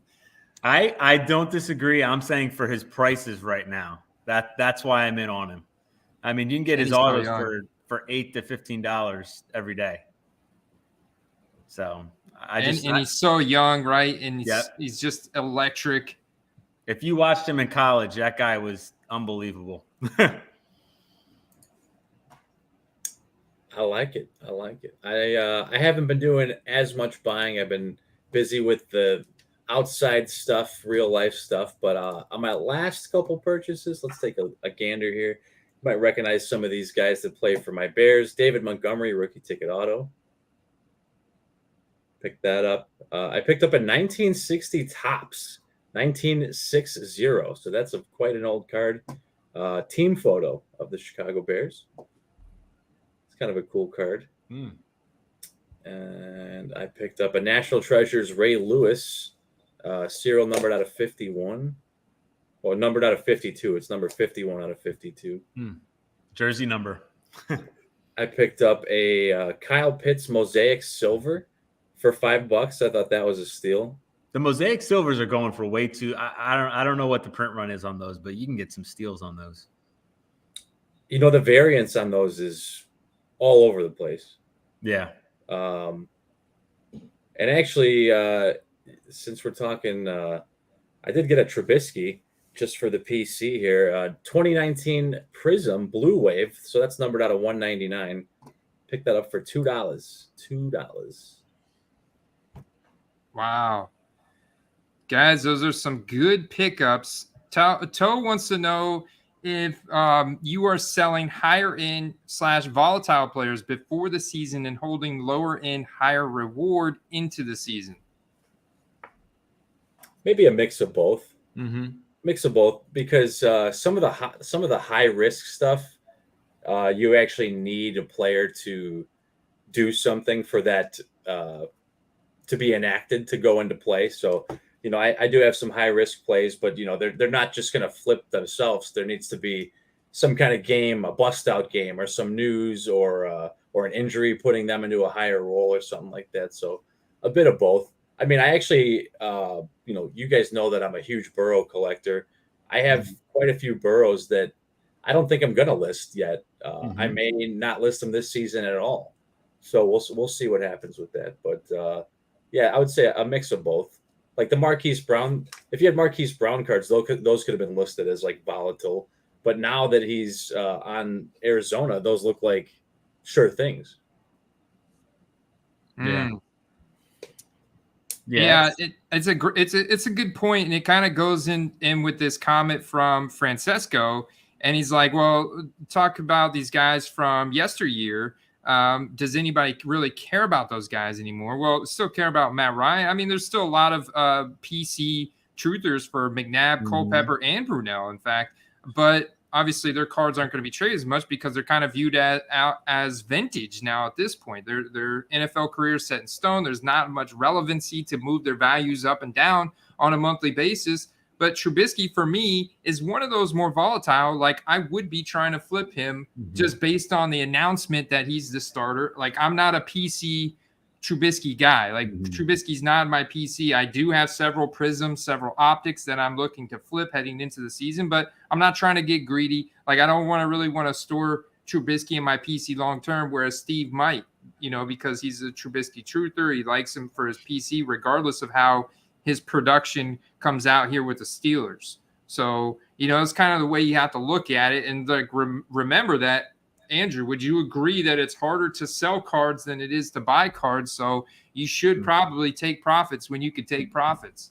Oh, 100%. I mean, if you're buying Mitchell Trubisky, either he's your PC or you're looking to move him in the next 3 to 4 weeks, probably. So I don't think any of us are buying Mitch Trubisky to sell in 2 years from now. I think it's more to sell, like you said, wait for the hype to come and then sell leading up to the season, if anything. But that's a low risk, high reward play. Yeah, because the downside is very minimal with the prices you can get in on them now. And we know, just like with the Baker Mayfield trade, we haven't even seen any production, but all of a sudden we've seen the spike. We've seen the spike happen from his cards going from dirt cheap to now all of a sudden they're relevant and they're trading for decent values. We're seeing people reach on them. You look at the data earlier in this live stream, we showed you how much his graded card sales have spiked in the past week. The same thing is going to happen with Trubisky as soon as the reports are released. We're getting ready to start two-a-days here in just 2 weeks, and then there's 4 weeks of preseason this year. So Trubisky's going to flash early in that process, be announced the starter publicly by Mike Tomlin, whoever it is, the beat reporters leak it out, and that's going to make its way onto ESPN. It's going to make its way through all of mainstream Twitter, and there's going to be then immediate reaction in the football card market for his cards. You're going to see them because 2017 product has a lot of like kind of natural scarcity built in because of the Patrick Mahomes, the Christian McCaffrey, the Cooper Kupp effect, the Deshaun Watson effect. You could talk about all those guys out of 2017 product that kind of drive that. And Trubisky is going to, his supply could disappear very quickly, which in turn is going to cause that price to go up dramatically. And people will reach for it. The Pittsburgh Steelers is a huge market. Yeah. I wanted to touch a little bit on that one too. So I think a big thing that you have to remember is those guys are still collectible. Yeah, they're not Hall of Famers. Matt Ryan has the best shot, and you could argue that he'll make it, especially if he has a nice couple of years with the Colts here. But Trubisky is not old, and he's in a great position to be successful with the Steelers. And what you're investing in is the unknown, right? And that's when you buy into hype for young players. That's what you're looking for. What will they accomplish? What value will be gained by investing in them at this point in their career, right? So, you wouldn't say, I'm not buying stock A because 50 years from now, someone's going to care about it. You would buy stock A because you would want to see the company grow and in 3 years sell stock A, right? And that's kind of the same thing with investing in Trubisky or any other card. No one's asking you to keep it for forever. You're just getting into it at an entry point that you're comfortable with so that you can get out of it at a higher exit point. So, and here's the thing, Trubisky's young. QBs are playing into a very advanced age nowadays. So who's to say he couldn't someday go on to win somewhere, right? Yeah. And if he does, you'll be wishing you had a couple of those laying around. Yeah, it's like I kind of relate it to going into a super flex dynasty startup league. Like, you're not going to spend a first round or a second round or even a third round pick, even though you're starting 2 QBs on a weekly basis. You're probably not going to spend a 3 round pick on Trubisky. But if he's still out there in the 6th, 7th, 8th round, you absolutely should take him there, because I think then at that point he provides a lot of upside. So if you want to relate that to the card market, like, I'm not saying go out and spend 15, 20 grand on a 1-of-1 gold vinyl Trubisky. I wouldn't do that. Like, obviously this is way out of my budget level and I don't have that kind of disposable income to invest in Trubisky. Like, it would have to be Mahomes or, It would have to be Tom Brady or something like that I'm going to spend that kind of money in. And those guys' prices are already inflated at a premium because they have these wins and championships and MVPs baked into that price. But yeah, Trubisky's out there for a couple dollars, kind of like getting them much later in the draft. Yeah, you want to get in on that. And then you wait till he goes up, you trade him for a better asset, whether it's in the cards, you make a trade at a show because Trubisky's now leading the Steelers, or in fantasy football and dynasty, you trade him now for maybe a first round pick next year. You go after a CJ Stroud or a Bryce Young or something, so you play that game because Trubisky could flash. He could very well flash out of the gate here. Mm-hmm. Yeah, it's not a forever investment. You know what I mean? It's not you're not taking a guy in a keeper league or whatever. So you just need a couple good games in a row, and you'll see your money back on it. I'll tell you what I'm doing though. That I collect Mitch Trubisky, so I'm not in any hurry to move him. I've got a couple of nice PSA 10s that I'll be happy to hold on to. But if he goes ballistic, I might be enticed to move a few of them. So we'll see what happens. I've been waiting to ask you this question, Andrew, because I know you're in Boston. You big New England Patriots fan. Let's talk about Mac Jones, 2021 QBs in general. But obviously, Mac Jones is very polarizing. A lot of mixed opinions on him. Is he still the second coming of Tom Brady up in Boston? And are you buying any? I am not buying Mac. I love Mac Jones as my quarterback, my team's quarterback. I'm not buying his cards because he's way overpriced. I think he's a great fit for the Patriots and for our team, but there's no way I'm spending that much money on his cards. And I'm ashamed to say the guy I am buying is the rival Jets quarterback, Zach Wilson. No. I'm buying more Jets cards. I hate to say it. Elijah Moore, Michael Carter, and Zach Wilson. I'm buying more of them than any Patriots. I'm with you on the Zach Wilson. I think he's they've put some good weapons around him. They have.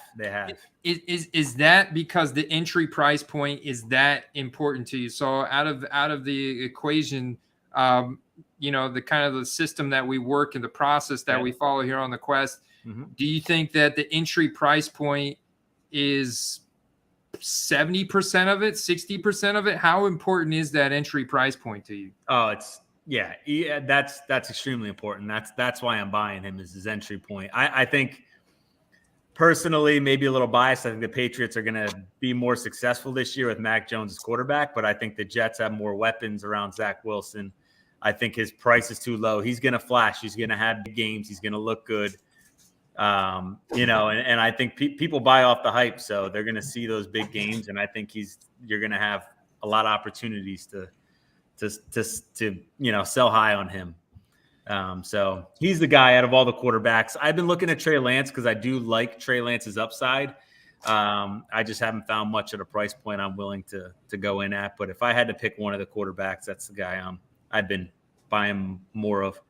What was your reaction when the Patriots drafted Tyquan Thornton in the second round? Oh, don't even. As a Patriots fan, the NFL draft is one of the most painful things while it's going on. And then you look back 5 years later and you're like, all right, why am I questioning Bill Belichick? Now, don't get me wrong. He's had horrible, Jordan Richards, some of these guys he drafted in the second round that were projected to go 5th, 6th, 7th round. He's made horrible picks, but he's also he's gotten some huge steals. So I don't know, to be determined. I hope the guy's good, but our history on drafting wide receivers has been pretty terrible. Yeah, that's what I was gonna say. Yeah.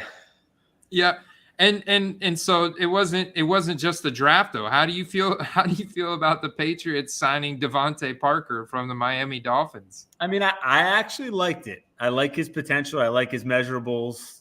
I don't know about his work ethic and obviously his health. We'll see. I hope Belichick can get the most. He's good at rehabbing guys, Belichick, obviously, and getting the most out of them. I'm hoping that happens. Kendrick Bourne did more than I would have expected last year. I hope he keeps it up. I don't know. I mean, our run game's huge. Damian Harris, I think, is slept on big. I mean, he had a really good year. He's another guy that's cheap too. Everyone's looking at Ramondre Stevenson, who I think is a really good pick. I think he's a really good back, but he's overshadowing Harris when it comes to cards, I think. So do you think that that Ramondre Stevenson hype has taken over Damian Harris at this point? I think I've gotten better buys on Harris than I have on Steve. I honestly don't have one Stevenson autograph because I just cannot justify spending that much money on a guy who he's going to get goal line touches, he's going to score touchdowns, he's got potential, but I can't on an RB2 on a team. I think he's way overpriced. Derek sent me a picture of this guy right here, Kevin Harris. I mean, this guy looks like a tank. He does. I honestly don't know it. Where did he go to? I don't know what his background is. He's a big boy. I know he had some injuries coming in, so that's why he's like all the way down here. 6th round draft pick, best comparable to Kerryon Johnson, but the weight. It's all about the weight, the BMI, 84th percentile. When you're over 220 pounds as a running back, it's proven that you're more successful, especially at the college level. So it'll be interesting to see how he translated. But he showed me a picture of him side by side with Pierre Strong, who's the other running back that you guys drafted. And it's just like, it's like putting AJ Dillon next to Aaron Jones. That's what Kevin Harris is next to Pierre Strong. But I find that fascinating that I see that as well. Like a lot of people have been talking up Ramondre Stevenson, and Damian Harris is still there. But of course, you guys are like notorious. Like the week that I picked to start Damian Harris, it's going to be Ramondre Stevenson. And the next week it's Ramondre Stevenson. It's like you never know which running back is going to get the Bill Belichick treatment that week. I'm curious, what was Damian Harris? What was he in fantasy last year? RB what? Because I felt like he was solid. He was definitely up there. And here's the thing that I think it just goes to show how much people value the new and shiny. Because a guy that performed as well as he did to not get the love that he deserves, and maybe people are just worried he won't be around next year because there's rumors that he could end up becoming a free agent. That's very true. He's entering the final year of his rookie contract. Yeah, and they don't typically pay their running backs after their rookie contract. Well, I mean, other than James White, who's been there, but he's not asking high dollar. Yeah. Number five in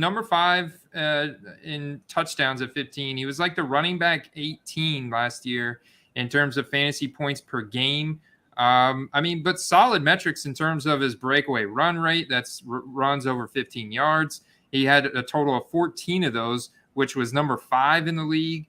So, that's really good because those are the plays that lead to big highlights, splash plays right there. That gets you hyped up. I would say it was hands down. Damian Harris was way more hyped up last season than Ramondre Stevenson.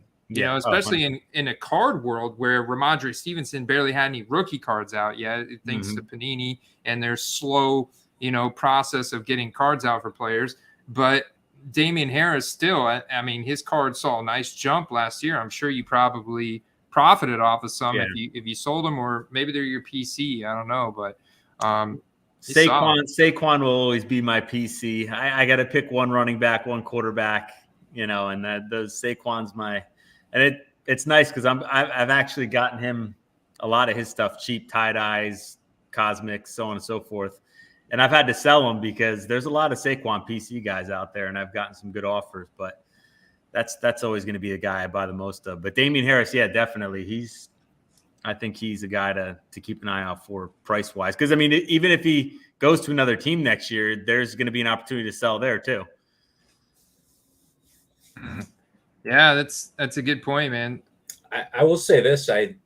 Before last season, I did pick up quite a few Damian Harris rookies for – I think I probably sold them for like 5-6 times because his value was, as far as card value, was nowhere. It was like below starter tier, and you could get like silver prisms for like under $2. So that just goes to show you, like, there's always opportunities before the season. Don't don't think that like all the good guys are already being shopped, right? There's always opportunities that aren't being shopped. Yeah. Very, very good points, man. You guys hit on some good stuff here. Let's see what we got out here, Bush Leaguers. Oh, James wants to know my last purchases. Well, I get sniped like crazy July 4th. I was on it hard. I had to travel for work these past 2 days, so I haven't been nearly as active on eBay as I'd like. However, I was able to purchase, thanks to the Hitman. One of my latest purchases was a gold field level gold, numbered out of 10. Guy's got PC value, but he also is currently ranked the second best safety in the league right now. Plays for the Tampa Bay Buccaneers. That's Antoine Winfield Jr. And I was able to pick that up at a really good price point. Actually, it's in the mail over here. I've been investing heavy in Leonard Fournette still. Obviously, PC value to me there as well. But, I mean, come on, his ceiling this year with Tom Brady and the amount of targets that Leonard Fournette, he practically led the league in targets last year, receiving touchdowns. Like, if he's healthy, I mean, he's got RB1 upside all day, so I want every piece of that, especially for a playoff run and how incredible he was in the playoffs for us in the past. I still think he just, like, his whole brand is kind of tarnished. I don't know if it's because his rookie cards are in Jacksonville Jaguars uniforms, or if it's because he's got like this Fat Lenny, kind of montage or whatever persona that they've kind of given him.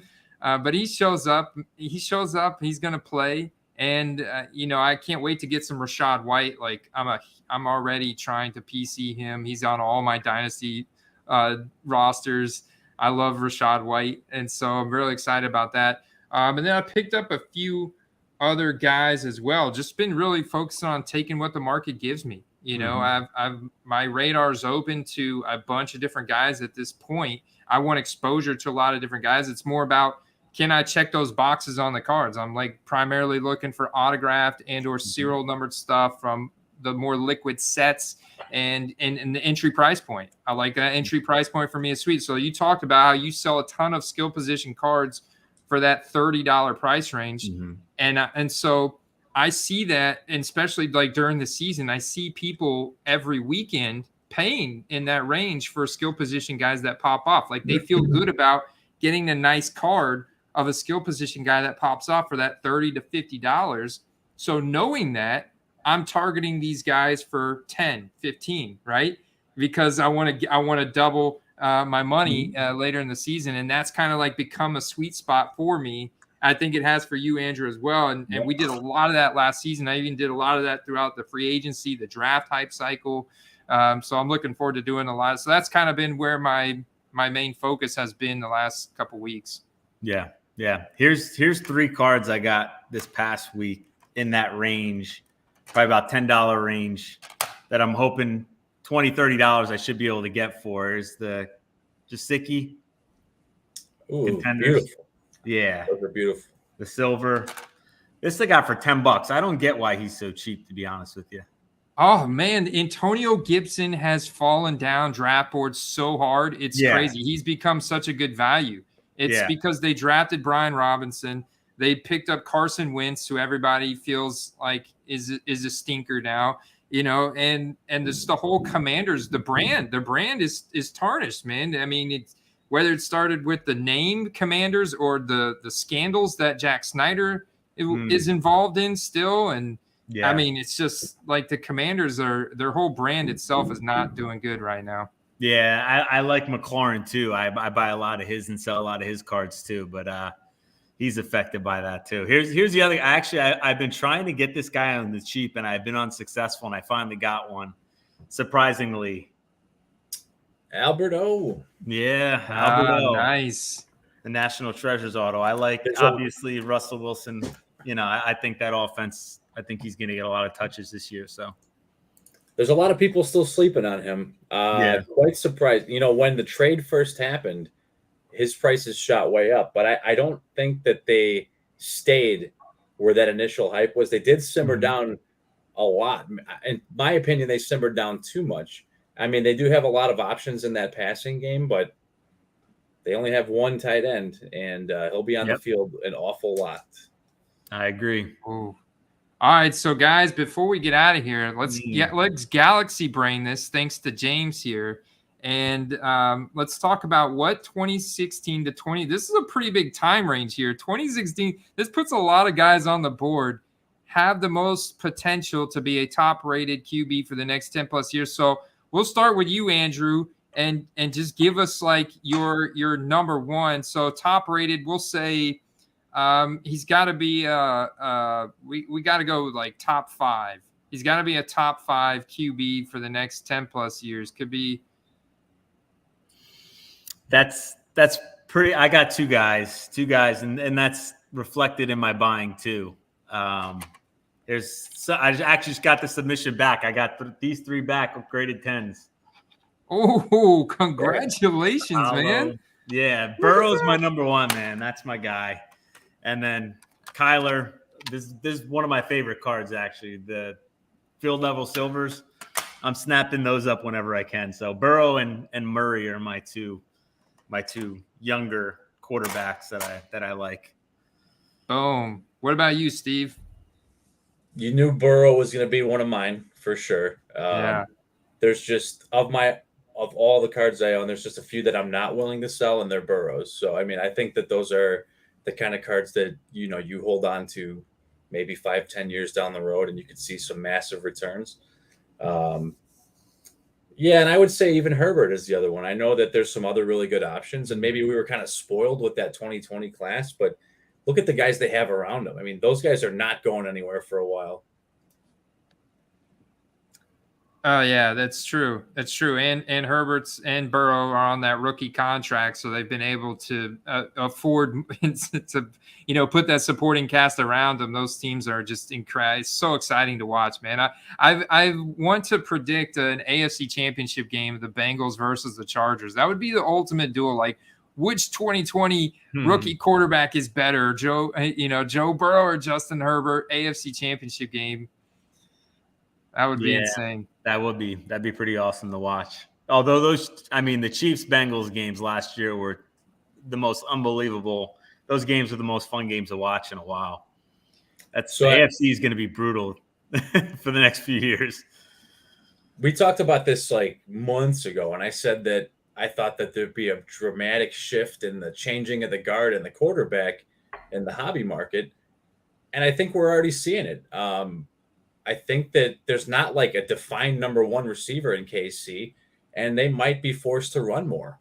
I don't know how you feel about that, but as far as the word out of camp is, there hasn't been like a guy that's really stepped up and been the guy. I mean, can they spread it around enough to fill the void that Tyreek Hill left? Possibly. I mean, they still have Kelsey, so I'm not taking that away from them, but will they be the same team anymore? It's not looking like it. So not saying they'll be bad. Don't get me wrong, but they did definitely suffer a reduction in skill at the offensive position.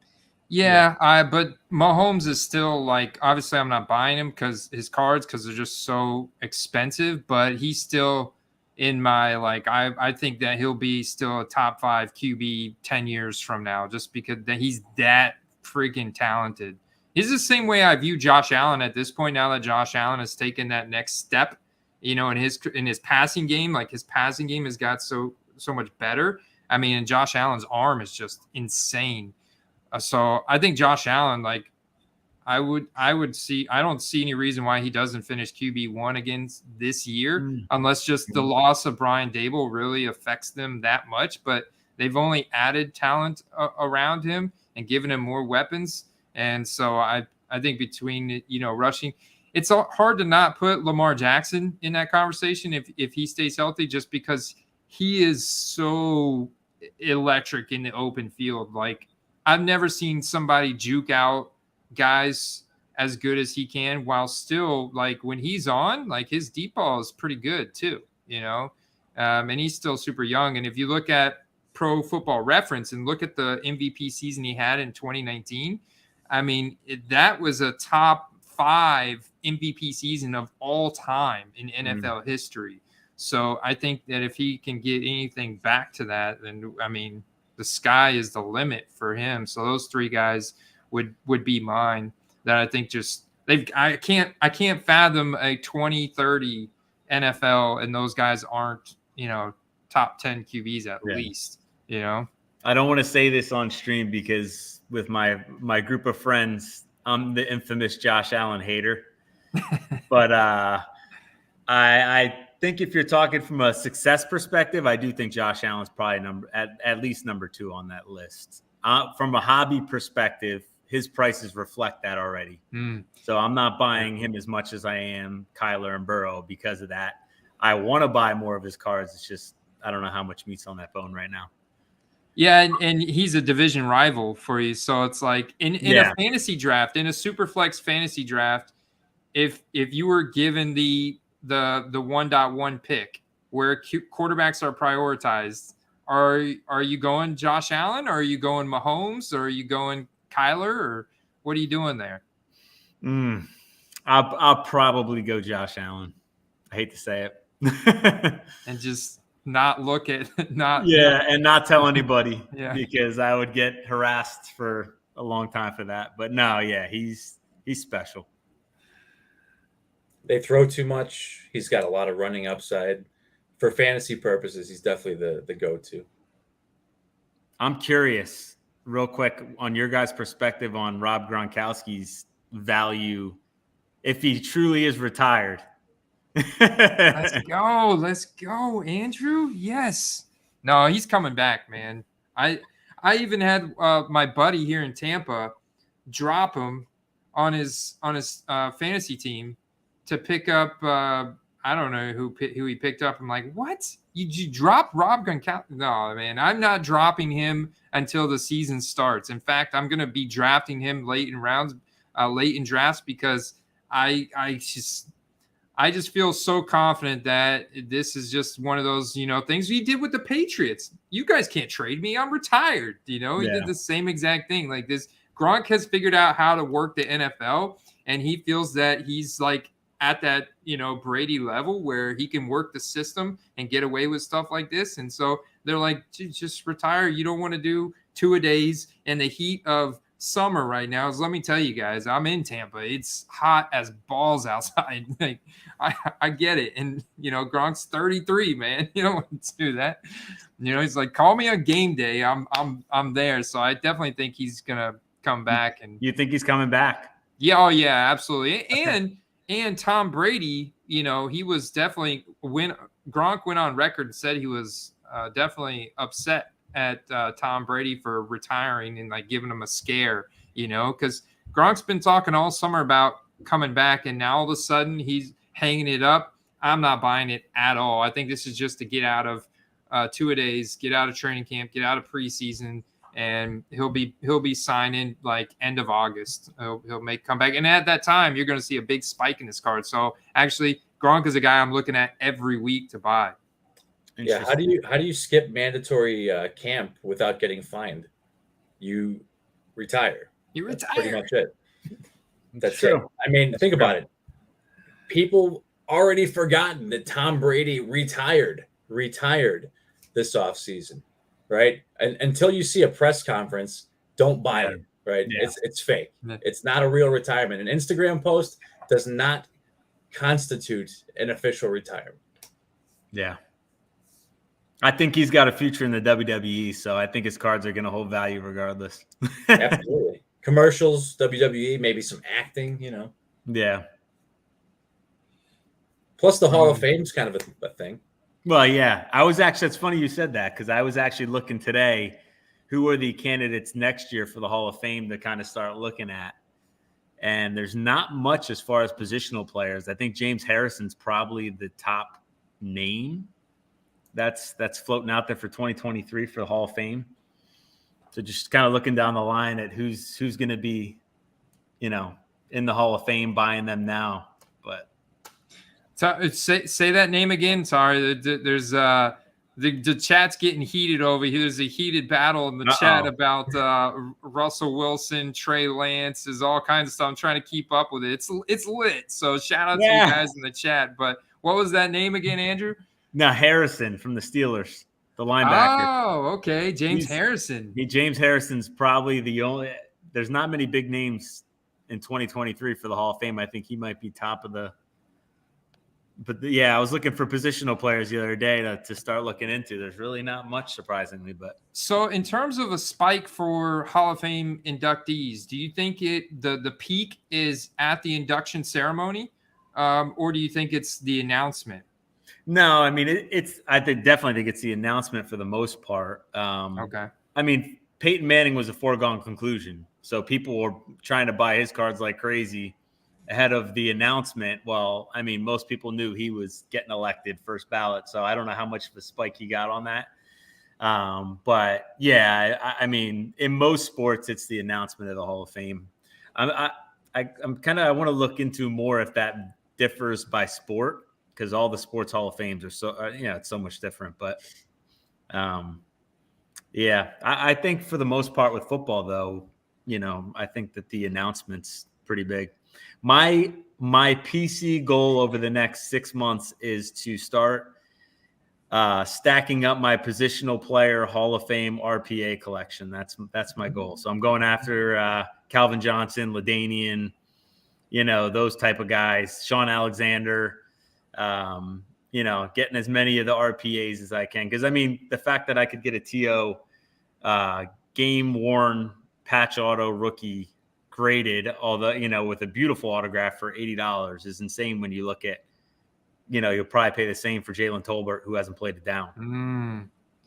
In your experience, do you feel that the best time to buy those more vintage guys or guys that are already retired Hall of Famers, potential upcoming Hall of Famers, is when the season starts? Or when do you think the best time is to buy them?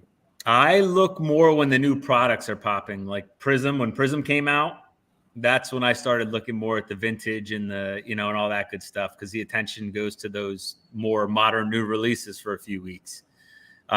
Vintage guys are vintage guys. So, the old, true vintage cards, when I say vintage, like 50, 67, those are pretty stable. You're not going to see big fluctuations, but I'm looking at like 90s. I love 90s, early 2000s Bowman Chrome refractors for some of these Hall of Fame position players. Like, those cards are beautiful.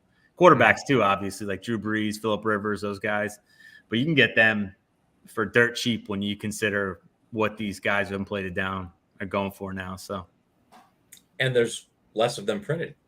Exactly. Well, that's the biggest part. Exactly. Less parallels, less of them printed. Yeah, Steve, you were sharing something interesting with me earlier in our Discord server about Topps Finest. So Topps Finest, it was actually, I was watching a baseball channel, but he was covering all the variations of Topps Finest, whether that was football or baseball. And what a lot of people don't know is Topps Finest was a pretty big deal for a long time. It still is with baseball, and it's still kind of the baby brother of Topps Chrome, which is like the most desirable. But for the duration of Finest being in existence since 1993, it was a hobby-only product. It's still a hobby-only product, and there might be a time when we get Finest back for football. That'll be my happy moment when that happens, and to get Topps Chrome back for football. But with it being hobby-only, it's actually very low print runs. So when you're talking refractors, you're talking extremely short print, and the inserts are pretty low print too. So if you can find quality cards, I mean, if you go look up like a Jerry Rice, like 93 refractor, I mean, the prices are substantially high. When you think about what a silver prism of like a veteran player goes for, it's what, $10 maybe in a modern set, but you'd be talking about like maybe 80 to 100 plus on a refractor. So, I mean, those sets are pretty scarce, and they're appreciated throughout the hobby because Topps Finest at the time was transcending multiple sports, not just baseball. That was the first Chrome card, right, Steve? Yes. Yeah. And first I know first all Chromium card. Technically, there was a release in late 92 that I think was only part of like a card show or something like that. Correct me if I'm wrong, but it was actually full hobby release in 93. Okay. Yeah, 93 Finest baseball refractors. You get the worst player in that set in good condition, it's going to cost you $100 at least. Wow. That set is so collectible. It's crazy. I think I've got a couple of those actually. You should And look I into never that. heard of the player. Yeah, and I think I was like, I never heard of the player, but I looked it up and it was like there was like selling for like $30 on ComC, and I was like, oh, I'll keep that. Yeah. Yeah, you could have like a Carlos Baerga refractor, right? And it's like $100 card. Yeah, John Wetterland, I think I saw was like a guy that $125. even to me, like I only know what team he played on. I don't know anything about him. Yeah.